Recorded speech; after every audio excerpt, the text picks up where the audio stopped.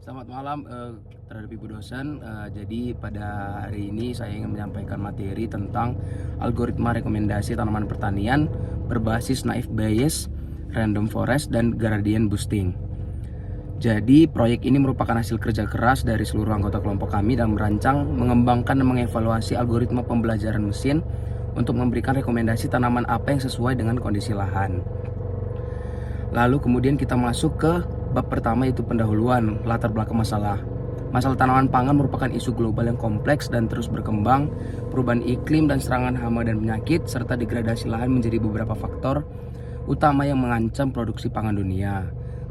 Bencana seperti kekeringan, banjir, dan suhu ekstrim makin sering terjadi dan berdampak signifikan pada pertumbuhan tanaman.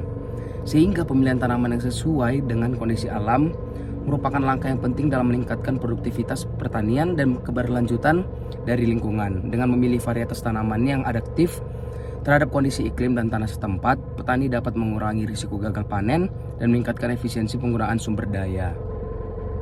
Implementasi teknologi dalam pertanian telah membuka peluang baru untuk meningkatkan produktivitas dan efisiensi dalam produksi pangan.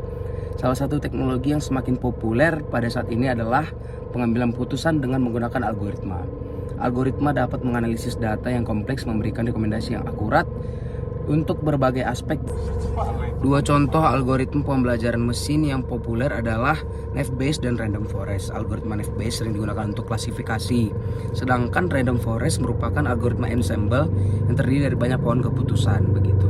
Rumusan masalahnya adalah bagaimana cara membuat algoritmanya, dan yang kedua, seberapa akurat penggunaan model ini. Tujuannya untuk membuat algoritma pembelajaran, yang kedua menggunakan model belajar, yang ketiga mengidentifikasi faktor keakuratannya. Ruang lingkupnya dari kajian ini adalah yang pertama, batasan masalah. Sistem hanya merekomendasikan tanaman berdasarkan parameter lingkungan seperti pH tanah, suhu, kelembapan, curah hujan, dan kandungan unsur hara. Model pembelajaran mesin yang digunakan ini terbatas pada naive Bayes, random forest, dan gradient boosting saja. Lalu yang kedua ada populasi dan sampel. Populasi yaitu seluruh jenis tanaman yang relevan, dan sampelnya adalah dataset tanaman yang dilengkapi dengan data parameternya. Variabel dari penelitian ini adalah yang pertama A, variabel bebasnya, yaitu pH tanah, suhu udara dalam derajat Celcius, kelembapan udara dalam persen, curah hujan dalam milimeter per bulan, dan kandungan NPK yaitu nitrogen, fosfor, dan kalium dalam tanah dengan satuannya kilogram per hektar.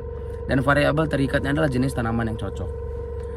Metodenya yang digunakan untuk penelitian ini adalah pengembangan algoritma dan tes algoritma.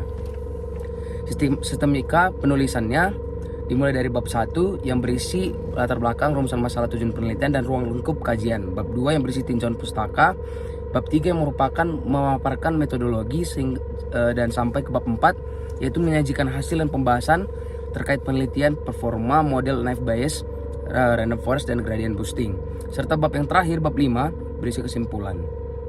Hipotesisnya adalah yang pertama, kondisi lingkungan seperti suhu, pH tanah, kelembapan udara, curah hujan, serta kandungan NPK merupakan faktor yang memengaruhi presentasi kecocokan. Yang kedua, algoritma pembelajaran mesin seperti naive Bayes, random forest, dan gradient boosting memiliki akurasi di atas 90%. Dengan anggapan dasar, pertumbuhan dan kecocokan tanaman sangat dipengaruhi oleh kondisi lingkungan seperti suhu, pH tanah, kelembapan, curah hujan, serta kandungan NPK.